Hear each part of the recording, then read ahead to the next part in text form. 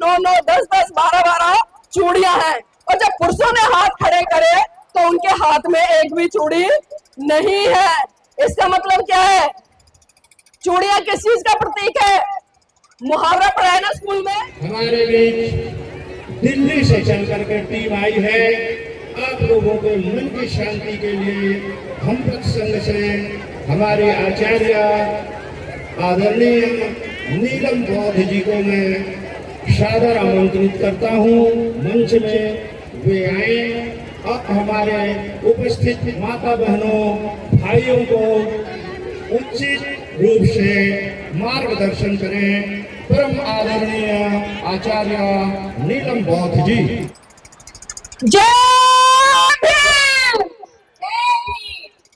सर्वप्रथम महाप्राणी तथागत बुद्ध को अपनी संकल्पनाओं के सुमन अर्पित करते हुए स्वस्थ भारतीय नारी के मुक्तिदाता, बहुजनों के मुक्तिदाता, दुनिया का सूरज, ज्ञान का प्रतीक, संविधान के रचयिता परम पूज्य बाबा साहब को सशक्त नमन करते हुए बहुजनों को भारत में सत्ता के गलियारों तक ले जाने वाले साहब मान्यवर कांशीराम जी को नमन करते हुए अपने 20 बीघे जमीन को बेचकर सच्ची रामायण का इतिहास रचने वाले ललित सिंह यादव जी को नमन करते हुए इस देश में महिलाओं के लिए पहला स्कूल खोलने वाले फूले दंपत्ति राजपिता ज्योतिबा फूले और माता सावित्रीबाई फूले जी को नमन करते हुए और पाखंडवाद पर इतना बड़ा कुठाराघात करने वाले कबीर जी को नमन करते हुए और एक वैज्ञानिक सोच देने वाले पेरियार जी को सत सत नमन करते हुए और डॉक्टर अंबेडकर को विश्व रत्न, भारत रत्न, दुनिया का सूरज, ज्ञान का प्रतीक बनाने वाली त्याग की मूर्ति माता रमाबाई जी को सत सत नमन करते हुए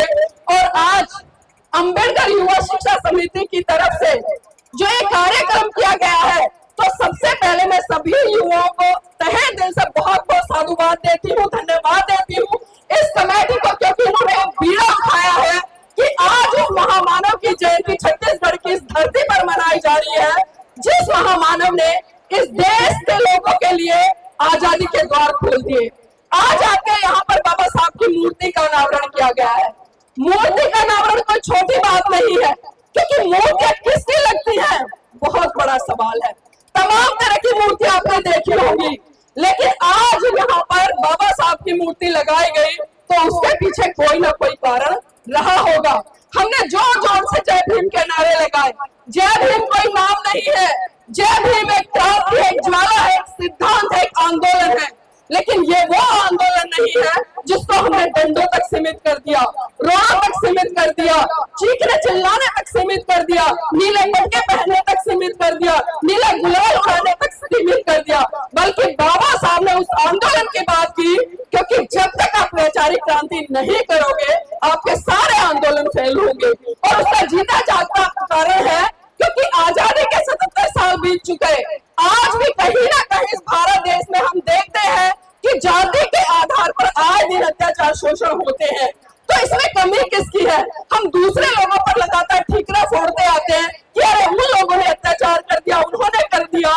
लेकिन बाबा साहब कहते थे कि जो संस्कृति, जो व्यवस्था, जो धर्म आपको नीचा दिखाए, आपको गुलाम बनाए, आपके ऊपर अत्याचार शोषण करे, आपको उसे एक झटके में छोड़ देना है। लेकिन क्या हमने बाबा साहब की बात मानी? हम बाबा साहब की जयंतियां तो मना रहे हैं। 1956 में परम पूज्य बाबा साहब हमारे बीच से चले गए, तब से लेकर 2026 तक आज दिन हम बाबा साहब की जयंतियां मनाते चले आ रहे हैं। आज का ही अगर मैं आंकड़ा दूं तो पूरे भारत देश में आज बाबा साहब की हजारों मूर्तियां लगी है, हजारों मूर्तियों का अनावरण हुआ है। लेकिन क्या हम लोगों ने उन मूर्तियों को अनावरण करते वक्त कोई संकल्प लिया? क्योंकि आज हम देखते हैं कि तमाम सरकारें मूर्तियां लगवा रही हैं, तमाम सामाजिक संगठन मूर्तियां लगवा रहे हैं, तमाम हमारे लोग मूर्तियां लगवा रहे हैं, लेकिन वही मूर्तियां दिन दहाड़े तोड़ी भी जा रही है। और कारण क्या है? क्योंकि हमने मूर्तियों पर तो माला चढ़ा दी, लेकिन विचारों पर ताला लगा दिया। और जब तक विचारों पर ताला लगा रहेगा तब तक क्रांति नहीं हो पाएगी। तो मेरी बहनों, मेरे भाइयों, मैं कहना चाहूंगी कि जागो, उठो, खड़े हो जाओ, जागो, उठो, खड़े हो जाओ, चाहे अपने शीश कटाओ, अरे किसी और के लिए नहीं बल्कि अपने लिए और अपनी आने वाली पीढ़ी के लिए इस पूरे भारत को बोधमय कर जाओ, बोधमय कर जाओ। लेकिन ये कब होगा? कहने में बड़ा अच्छा लगता है, सुनने में बड़ा अच्छा लगता है, लेकिन इसके लिए त्याग करना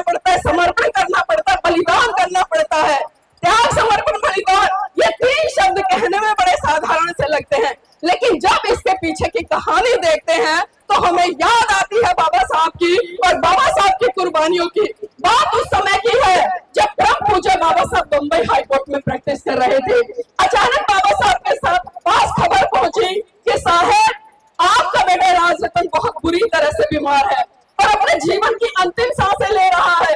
ये बात सुनकर परम पूज्य बाबा साहब तुरंत घर दौड़े आए और जैसे ही बाबा साहब ने अपने बेटे राज रतन को गोद में उठाया, राज रतन ने बाबा साहब की गोद में दम तोड़ दिया।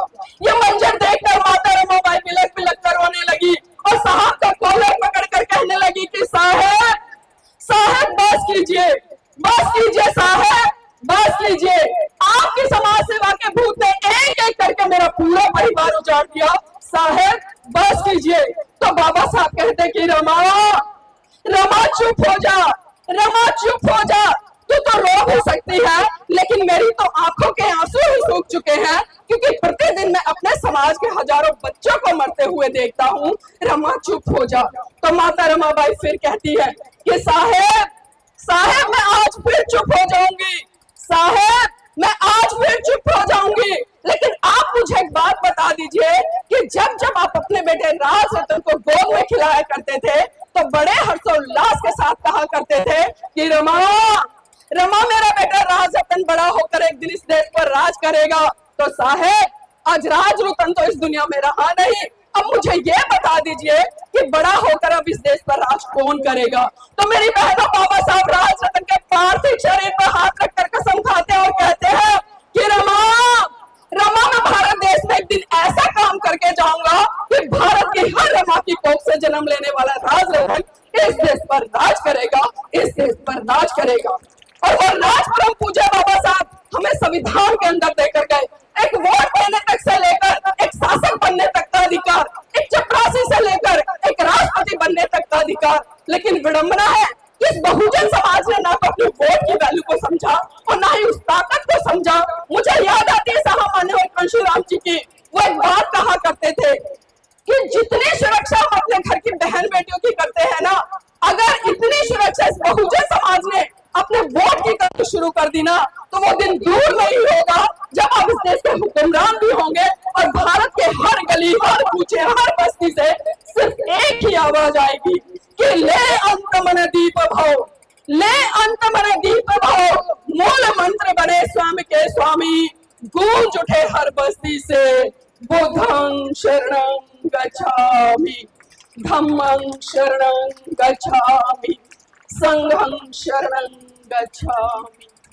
लेकिन ये कब होगा? लेकिन ये कब होगा? जब हम संगठित होंगे, जब हम अपने महान पुरुषों को पढ़ेंगे, जब हम अपने महान पुरुषों की विचारधारा से रूबरू होंगे। लेकिन आज हम अपने महान पुरुषों को पढ़ते नहीं है, उनकी क्रांति को नहीं पढ़ते, उनके आंदोलन को नहीं पढ़ते और रोडों पर निकल लेते हैं। और उसी का कारण है कि हमारे ऊपर तरह तरह की यातनाएं होती रहती है। मैं बाबा साहब के जीवन संघर्ष से दूसरी घटना पर आती हूँ। मेरी बहनों, खासकर आपके लिए ये घटना है, ध्यान से सुनिएगा। बात उस समय की है जब परम पूज्य बाबा साहब विदेश से पीएचडी की डिग्री लेकर भारत लौटे और जब भारत में महाराष्ट्र के लोगों को पता चला कि बाबा साहब आ रहे हैं, तो उन्होंने इनके सम्मान सत्कार कार्यक्रम में एक विशाल व भव्य मंच लगाया और पूरे महाराष्ट्र में एक खबर आग की तरह फैल गई।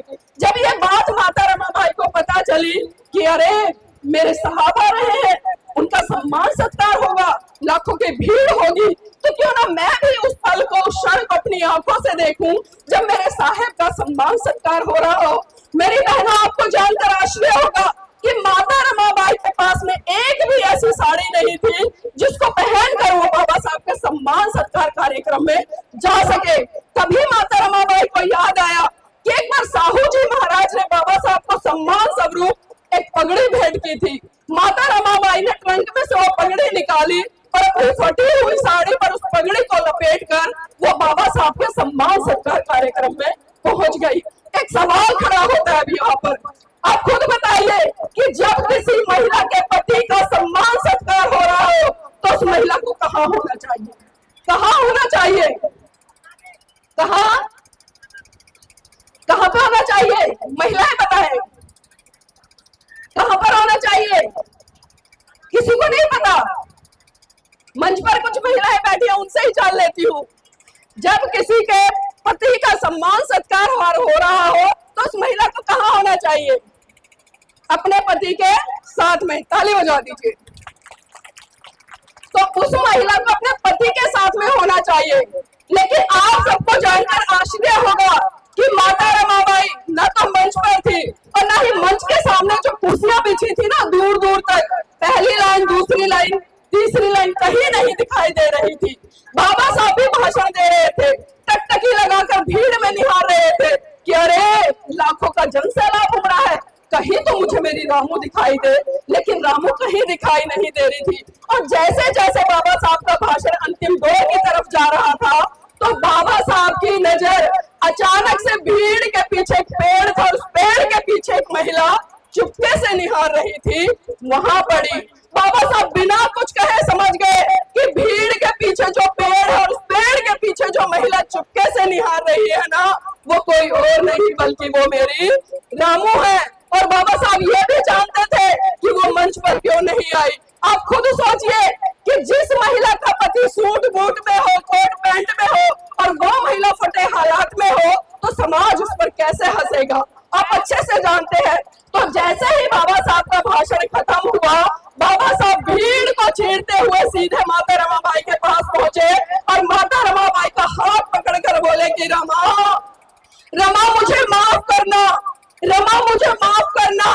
रमा ऐसा नहीं है कि मैं तेरा साजो सिंगार नहीं कर सकता, रमा ऐसा नहीं है कि मैं तुझे एक से कीमती एक साड़ी नहीं पहना सकता, रमा ऐसा नहीं है कि मैं तुझे आभूषणों से नहीं ला सकता, लेकिन रमा जितनी जिम्मेदारी मेरी तेरे प्रति है ना, उससे कहीं ज्यादा जिम्मेदारी मेरी इस भारत देश की प्रत्येक महिला के प्रति है जिसको ठीक से शरीर ढकने के लिए वस्त्र भी नहीं मिलता। क्योंकि मेरी बहनों, मैं आपको बता दूं, भारत देश में ऐसी ऐसी कुप्रथा रही है जब महिलाओं को स्तन ढकने के लिए टैक्स दिया जाता था, आपको आजादी नहीं थी कि आप पूरे कपड़े पहन ले।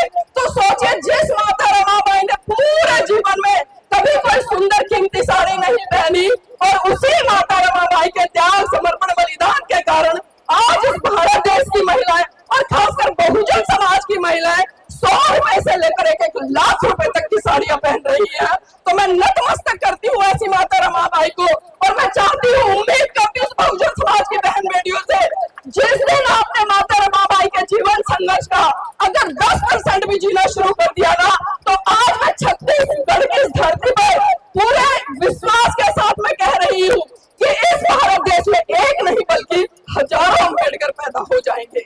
लेकिन जरूरत है उस त्याग की, समर्पण की, उस बलिदान की। कहने में बड़ा आसान है, तालियां बजा देते हैं हम, लेकिन जब किसी चीज को स्वीकारते हैं तो हमारी रूह कांप जाती है। लोग आंदोलन करते हैं, समाज में किस किस तरह से जा जाकर आपके लिए काम करते हैं। आप घरों में सुरक्षित बैठते हैं, अच्छे कपड़े पहनते हैं, अच्छा खाना खाते हैं। सोचिए मत कि ये आपकी मेहनत है, ये उन लोगों की मेहनत और महान पुरुषों की मेहनत है, उन वीरांगनाओं की मेहनत है जिन्होंने आपके लिए पूरा जीवन कुर्बान कर दिया। आज लोग सड़कों पर आपके लिए आंदोलन करते हैं, तो ऐसे ही नहीं करते। अगर मैं अपना ही उदाहरण दूं, मैं पढ़ी लिखी हूँ, वेल एजुकेटेड हूँ, मैं भी नौकरी कर सकती हूँ, लाखों रुपए कमा सकती हूँ, लेकिन नहीं, समाज के लिए लाठियां भी खानी पड़ती है, जेल भी जाना पड़ता है और भी तरह तरह की यातनाएं झेलनी पड़ती है। तो मैं यही चाहती हूँ अपने समाज की बहन बेटियों से, क्योंकि आज मेरे समाज की बहन बेटियां कर्मकांड, पूजा पाठ, अंधविश्वास पाखंड में इतना उलझी हुई है, इतना उलझी हुई है। और अगर मैं उदाहरण के तौर पर बात करूँ ना, एक साल में कम से कम 10-12 ऐसे त्योहार आते हैं जिससे कि आपका कोई लेना देना नहीं है, और उन 30 त्योहारों पर आप लाखों रुपए पानी की तरह एक साल में बहाती है। लेकिन मैं ये कहना चाहूंगी मेरी बहनों, मेरे भाइयों, वो पैसा बचाकर आप अपने बच्चों की शिक्षा पर खर्च करो, उन्हें शिक्षित करो। हम कह तो देते हैं कि बाबा साहब ने कहा है कि शिक्षा शेरनी का वो दूध है जिसे जो जितना पिएगा वो उतना दहाड़ेगा। आज मैंने शिक्षा लेने वाले भी ऐसे हजारों करोड़ों लोग देखे हैं बहुजन समाज के, जिनकी नौकरियां लग जाती है, घर में जाकर टीवी बीवी और में मस्त हो जाते हैं। कोई मतलब नहीं होगा समाज में कि समाज के दबे कुचले हमारे लोग वो टाइम से खाना खा रहे हैं, उनके बच्चे टाइम से पढ़ रहे हैं या नहीं पढ़ रहे हैं, हम इस तरफ ध्यान ही नहीं देते। मैं घटनाक्रम बताती हूँ 1935।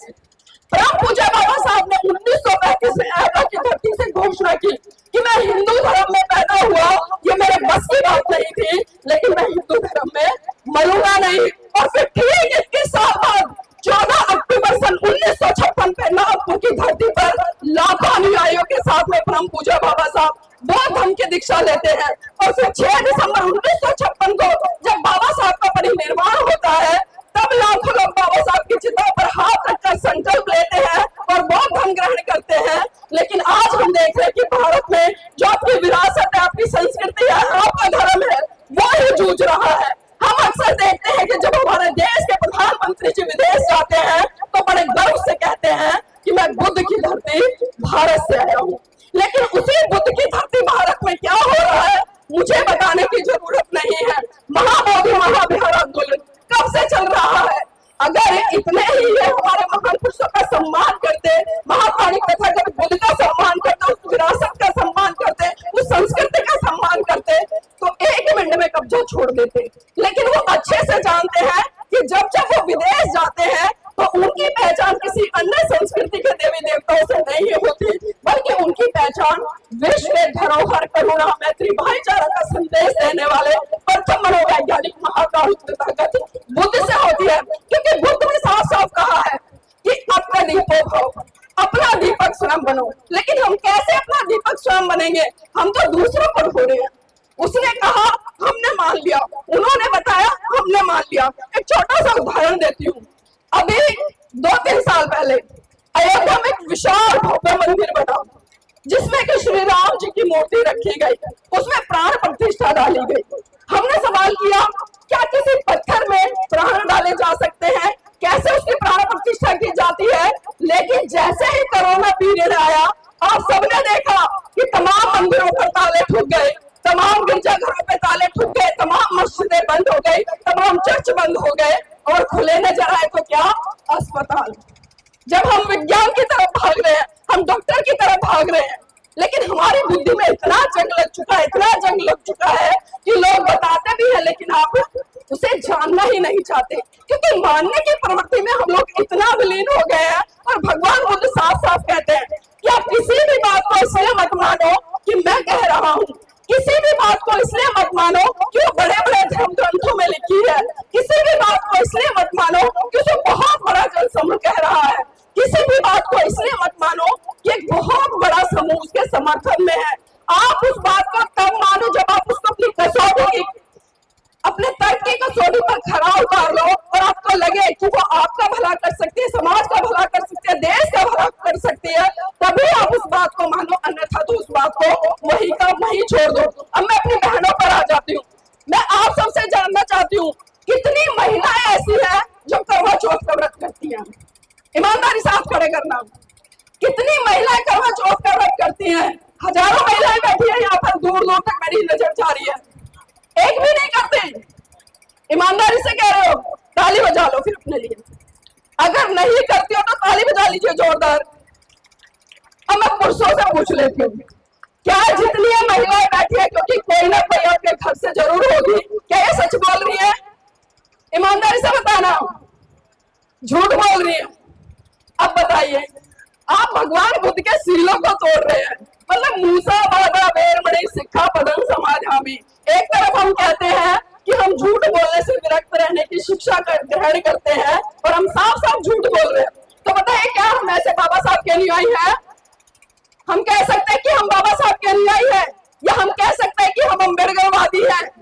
कह सकते हैं? हम भक्त जरूर हो सकते हैं, क्योंकि भक्त का सिर्फ एक ही काम है, जय जयकार करना। और आजकल हो भी रहा है कि हम अम्बेडकरवादी हैं, संघर्षों के आदी हैं। जब तक सूरज चांद रहेगा बाबा साहब का नाम रहेगा। बाबा साहब तेरा मिशन अधूरा, शाम को दारू अट्ठा पी के करेंगे पूरा। सही कह रही हूँ ना? सही कह रही हूँ मैं, गलत कह रही हूँ? ये होता है ना? तो इसीलिए मेरी बहनों, मैंने से पूछा कि कितनी महिलाएं ऐसी है जो करवा चौथ का व्रत करती हैं। आपने तो मना कर दिया, लेकिन पुरुषों में ईमानदारी दिखाई। एक बार ताली बजा दीजिए इनके लिए। अब एक बात बताइए कि करवा चौथ का व्रत हम किस लिए करते हैं? किस लिए करते हैं करवा चौथ का व्रत? कोई भी महिला बताए, कोई बच्चा बताए पढ़ा लिखा हो तो स्कूल में बिटिया जाती है, किस लिए करते हो? नहीं बताओगे। पुरुष साथी बताए किस लिए करती है? हाँ जी, पुरुषों की लंबी उम्र के लिए। देखो बाबूजी कह रहे थे पुरुषों की लंबी उम्र के लिए महिलाएं करवा चौथ का व्रत करती हैं। अब एक बात बताइए, ये पुरुष आपकी लंबी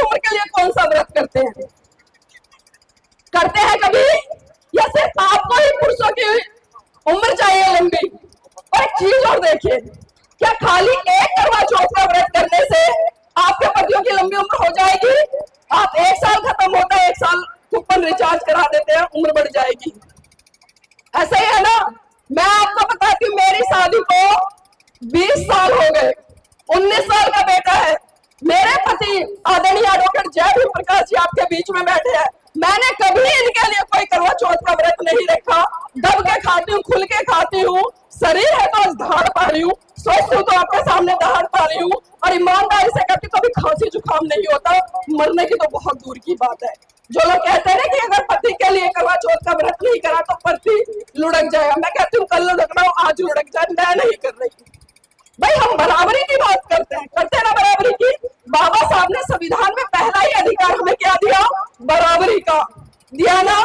लेकिन आप पतियों की लंबी उम्र कर रहे हैं, पतियों को कोई जरूरत नहीं है। इसका मतलब क्या समझे? आप निकलो और ये दूसरी ले। भाई इसका मतलब तो यही हुआ ना कि आप जल्दी से पलटी हो जाए और इनको मौका मिले दूसरी ले आएंगे। तो मेरी बहनों जरा सोचिए। और एक चीज और देखिए, बड़ा मैं तर्क के आधार पर कह रही हूँ और सोच समझ कर कह रही हूँ। पूरा दिन आप भूखा प्यासा रहती हैं, आपके पति भी आपका सहयोग करते हैं, और जैसे ही शाम होती है, रात होती है, आप बार बार बच्चों को भेजते हैं बाहर, बेटा जाओ देख के आ चंदा मामा निकल गया नहीं निकला, भेजते हो ना।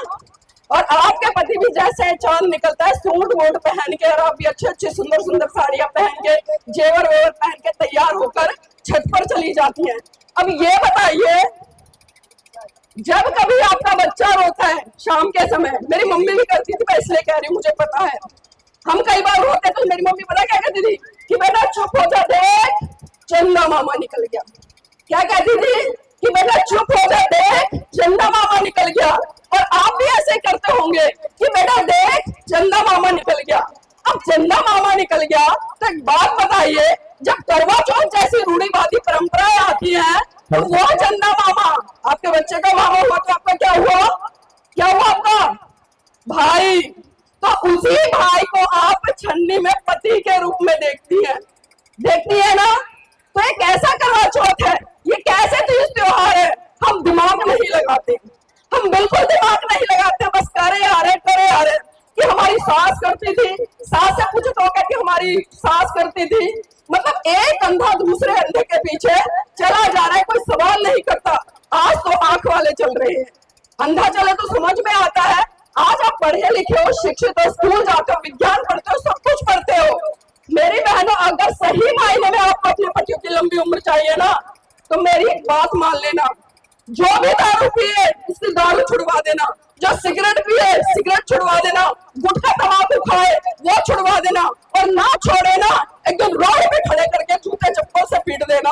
अगले दिन अपने आप अकल आ जाएंगे, और फिर देखना अपने पतियों की लंबी उम्र होती है नहीं होती है। लेकिन हम इस तरफ कभी ध्यान ही नहीं करते कि बस चला आ रहा है। एक बार हाथ खड़ा करे सारी महिलाएं, दोनों हाथ ऊपर कर ले। एक बार पुरुष साथी देखे महिलाओं की तरफ, दोनों हाथ ऊपर कर ले। ध्यान से देख लीजिएगा, पुरुष मैं कुछ सवाल पूछूंगी, हाथ नीचे कर लीजिएगा। अब एक बार पुरुष दोनों हाथ ऊपर खड़े करें, अब महिलाएं देखेंगे। देख लिया आपने? कुछ समझ आया आपको? कुछ समझ आया? जब महिलाओं ने हाथ ऊपर खड़े किए तो सभी महिलाओं के हाथ में 9-9, 10-10, 12-12 चूड़ियां हैं, और जब पुरुषों ने हाथ खड़े करे तो उनके हाथ में एक भी चूड़ी नहीं है। इसका मतलब क्या है? चूड़ियां किस चीज का प्रतीक है? मुहावरा पढ़ा है ना स्कूल में, कॉलेज में भी पढ़ा होगा, एग्जाम में भी आता होगा। कोई भी बताए चूड़ियां किसका प्रतीक है? किसका? थोड़ा जोर से बोलिए। आप नहीं बताएंगे, मंच पर कई अध्यापक बैठे हैं, कोई भी अध्यापक बताए चूड़ियां किसका प्रतीक है सर? हाँ जी, गुलामी का। लेकिन मेरा मानना है चूड़ियां कमजोरी का प्रतीक है। किसका प्रतीक है? कमजोरी का। और यह बात मैं दावे के साथ इसलिए बोल रही हूँ क्योंकि जब आपके घर में आस पड़ोस में कहीं लड़ाई हो जाती है ना, और आपके पुरुष लड़ाई को शांत करने के लिए घर पे चुपचाप आ जाते हैं, तो यही महिला ताना मारती है कि अरे तुम्हारे बस की कुछ नहीं है, घर में जाओ और चूड़ियां पहनकर बैठ जाओ। मारती है ना ताना। अब मुझे खुद बताइए, क्या आप कायर हो, आप बुज़दिल हो, आप कमजोर हो, तो फिर ये चूड़ियां किस लिए? ये चूड़ियां किस लिए? कुछ लोग कहते हैं सुहाग का प्रतीक है, लेकर घूमती हूँ, मेरा कुछ बिगड़ जाए। मैंने एक चूड़ी नहीं डाल रखी, मैंने कोई बिछुए नहीं डाल रखे, कोई मंगलसूत्र नहीं है, कोई मांग नहीं है। और एक चीज देखिए, समाज में एक लड़के की एक लड़की की शादी होती है ना, होती है ना। और फर्क देखिएगा, खुद देखिएगा, जब एक लड़की की शादी होती है, शादी के बाद सर से लेकर पांव तक उसे तमाम रूढ़िवादी परंपराओं में बांध दिया जाता है। उदाहरण के तौर पर पैरों में बिछुए, पायल, नाक में नथनी, कानों में कुंडल, बिंदी, मंगलसूत्र, चूड़ियां, सिंदूर, ये सब मतलब 16 श्रृंगार जो आपके नहीं है वो लाद दिए जाते हैं। और किस लिए? ताकि दूर से पता चल जाए कि भैया शादीशुदा है। लेकिन कभी पुरुषों को देखा है, शादी उनकी भी होती है, उन पे तो आज तक 2 श्रृंगार भी नहीं लादे समाज ने। लादे हैं भाई, जब शादी हो रही है, बराबरी की बात हो रही है, समानता की बात हो रही है, तो मुझे लगता है 2-4 आभूषण पुरुषों को भी पहना देने चाहिए, ताकि दूर से ही देखकर महिलाओं को पता चल जाए भाई वो पुरुष आ रहा है, शादीशुदा है। होना चाहिए ना भाई, बराबरी तो यही है। एक तरफ कह रहे हैं हम बाबा साहब के अनुयायी हैं, हम अम्बेडकरवादी हैं, लेकिन हम कैसे अम्बेडकरवादी हैं? हम अपनी स्वतंत्रता को नहीं समझ रहे, हम अपनी आजादी को नहीं समझ रहे, हम बाबा साहब की विचारधारा को नहीं समझ रहे। एक बात बताती हूँ, आप जो सिंदूर लगाकर बैठे हो ना, इसमें बहुत केमिकल होता है, इसमें शीशे वगैरह भी होते हैं। एक बार मुझे दिल्ली में भाई साहब ने टोका, ऐसे ही बातचीत चल रही थी, उन्होंने कहा कि नीलम बोस जी एक बात बताइए, आप शादीशुदा है, मांग क्यों नहीं भरती, सिंदूर क्यों नहीं लगाती? तो मैंने उनसे पूछा कि भाई जी, मांग भरने से, सिंदूर लगाने से क्या होता है, मुझे बताए तो सही। तो पता है वो क्या कहते हैं कि बहन जी, सिंदूर लगाने से ना जो महिलाएं हैं उनका ब्लड सर्कुलेशन अच्छा बना रहता है। तो पता है मैंने क्या कहा कि भाई जी, अगर महिलाओं के सिंदूर लगाने से ब्लड सर्कुलेशन अच्छा बना रहता है ना, तो कल से आप भी सिंदूर लगा लेना, अपनी मांग भर लेना, आपका भी ब्लड सर्कुलेशन अच्छा बना रहेगा। लेकिन हम सवाल नहीं खड़े करते। दूसरों ने कहा, हमने मान लिया। समय का बहुत कम अभाव है, काफी वक्ता मंच पर बैठे हैं, लेकिन मैं यही कहना चाहूंगी अपनी माता बहनों से, एक अकेले बाबा साहब, उन्होंने आपको भारत का संविधान दे दिया, उस संविधान में लोकतंत्र दे दिया, उस संविधान में वोट का अधिकार दे दिया, एक चपरासी से लेकर एक राष्ट्रपति बनने तक का अधिकार दे दिया। लेकिन आज समाज में हजारों करोड़ों लोग पढ़े लिखे हैं, डॉक्टर है, इंजीनियर, वकील है, जज है, लेकिन आज भी चारों तरफ से आवाज आती है कि संविधान खतरे में है। आवाज आती है ना कि संविधान खतरे में है, लोकतंत्र खतरे में है, बहन बेटियां खतरे में है, हमारा वोट का अधिकार खतरे में है, हमारी नौकरियां खतरे में है। तो बताइए हम क्या कर रहे हैं? इसका सीधा सीधा मतलब ये है कि बाबा साहब ईमानदार थे, त्याग समग्र बलिदान था, लेकिन आज जो समाज के हजारों करोड़ों लोग पढ़े लिखे हैं ना, वो समाज के ही साथ में सामाजिक बेईमानी कर रहे हैं, इसलिए बदलाव कोई नहीं आ रहा है। तो मैं अंत में सिर्फ इतना ही कहूंगी कि देखना बहुत कुछ है, देखना बहुत कुछ है, देखते रहिए, करना बहुत कुछ है, करते रहिए। समाज आज भी बलिदान मांगता है, पर सच तो यह है मेरी माताओं, मेरी बहनों, मेरे भाइयों, मेरे पिताओं, आज आपसे आपकी जान नहीं बल्कि आपका ईमान मांगता है, आपका ईमान मांगता है। जय भीम, नमो बुद्धाय।